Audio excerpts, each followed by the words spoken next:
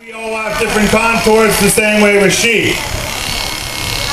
So it's a very tedious. It takes about 2 to 3 years to be apprentice. Just to learn the basics of shearing, it takes about 10 years to master it. If you want to learn how to shear, you actually have to do that. There's no textbooks or anything out there. You actually have to learn handling the animal right away and start shearing. And so it's a very long and tedious process. Now, okay, we're doing the belly, and this is what we call tags.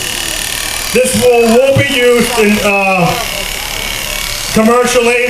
If you ever dealt with felt, this is what felt's going to be made out of, is the inferior part of the fleece. Now, once we get to the back end of that will also be tags. Now, at this point here, he's starting to open the animal up. Now, we are leaning the animal to the right, and again, he's doing a lot of stretching, just because we're not sure at this point yet. We can't see enough of the animal if we have any wrinkles on the animal, and that they can be cut very easy. So we do a lot of stretching as a professional, because we do not want to nick. Every once in a while it does happen, but the most time we don't want to nick this animal at all. Now this fleece will come off in one piece to get graded and sorted and priced. So later on we'll show where the break is, but this fleece will come off in one piece. Now you see a yellowish tint to this fleece as he's opening this animal up. The yellowish tint you see is what an oil that sheep produces, what we call lanolin. It's one of these plates that lanolin comes from. So it's lanolin in your hand creams and soaps. This is where it's coming from. When they wash it, the oil will rise to the top. They'll skim that, and that goes in your hand creams and soaps. Sometimes my wife gets upset because I got softer hands than she does. But it's a very soothing product. You really get a lot greasy in that with the lanolin. It does help with the shearing. It helps make our blades go through the fleeces a lot better with the lanolin in the fleece. Now again, this is the only break in the fleece. It will be in the neck area, and now we can start opening. Now you can see there's certain wrinkles in this animal. People that are on our right side, you can see the wrinkles again.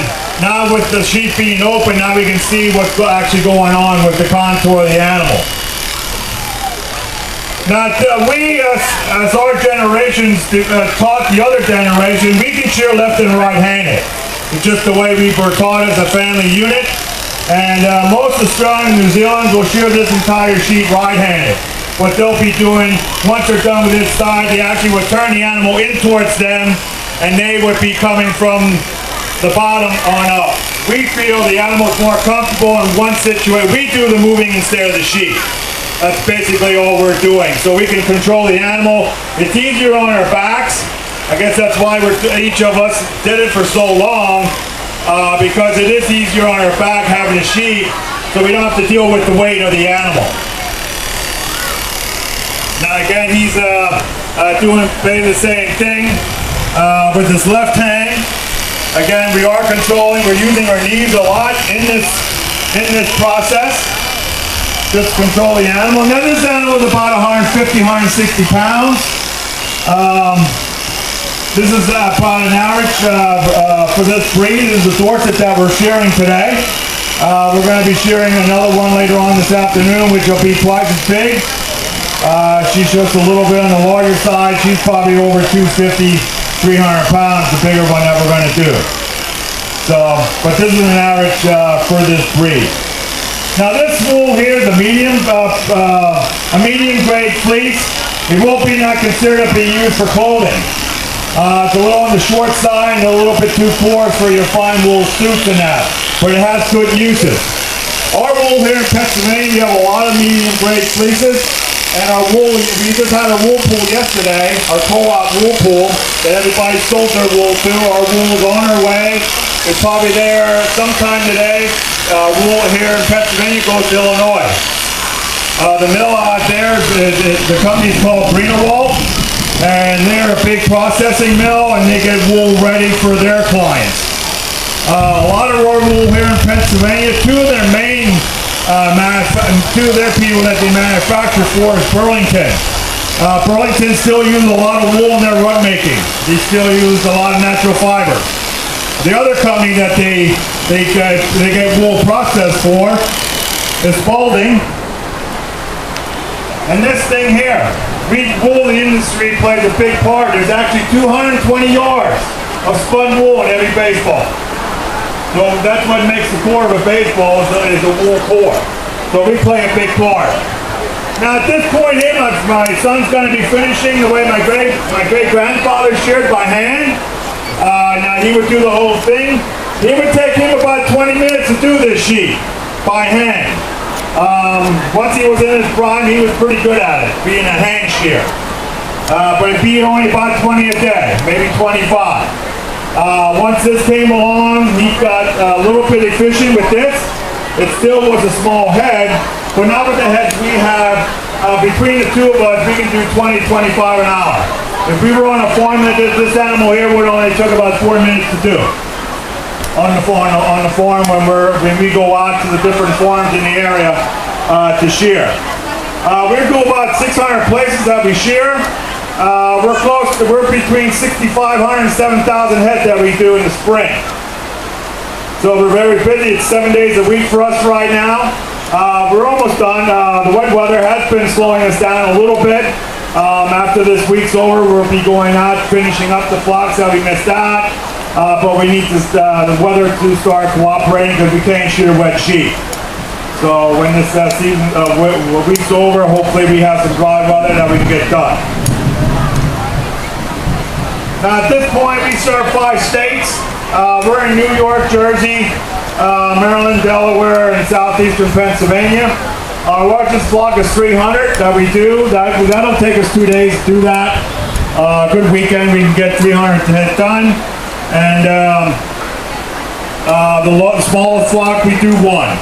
So we do anywhere from pet sheep to the hobby farmers, what we call it. I only have a couple here and there, to our major commercial flocks.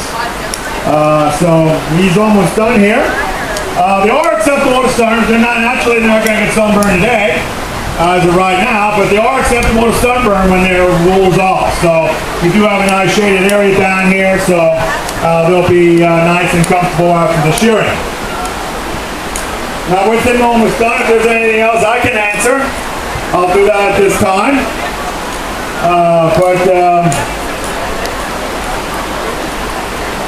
We have about 98,000 sheep in this state.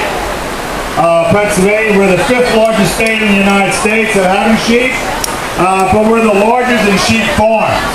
A lot of our farms are not big, but we're the #1 state in sheep farms.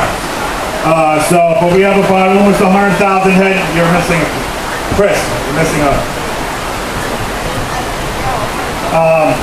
But we're actually 5th in the United States in sheep production. All right, we're ready to get this sheep up. She seems to be liking it. She wants to rest. So that's what the sheep looks like. Now this will be done next year. This is once a year that we do this. And she'll be around, and this is a 4-year-old Dorset that we just did. So she's been around a little bit. And had quite a few lambs on the farm and that, so she's a well-developed ewe. Now, if we can get her up, you're welcome to come up after the program's over here. If you want to rub the sheep, the lanoline's really flowing right now. If you want to soften your hands a little bit, you're welcome to come up. Touch the animal. I'll bring the fleece a lot closer. You can feel if you want to. If there's no other questions I can answer, thanks for coming up. I hope you enjoyed the program, and have a good day at the Kutztown Folk Festival. Thank you.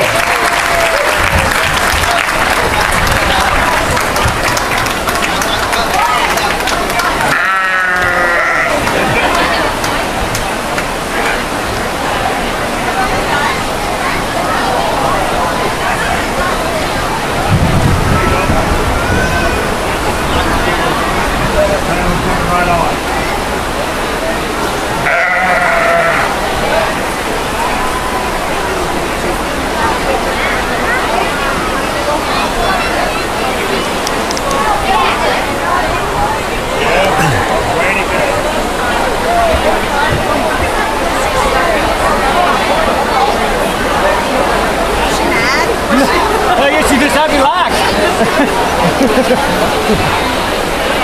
tired. She's sleepy, Chris. Hard work sitting there.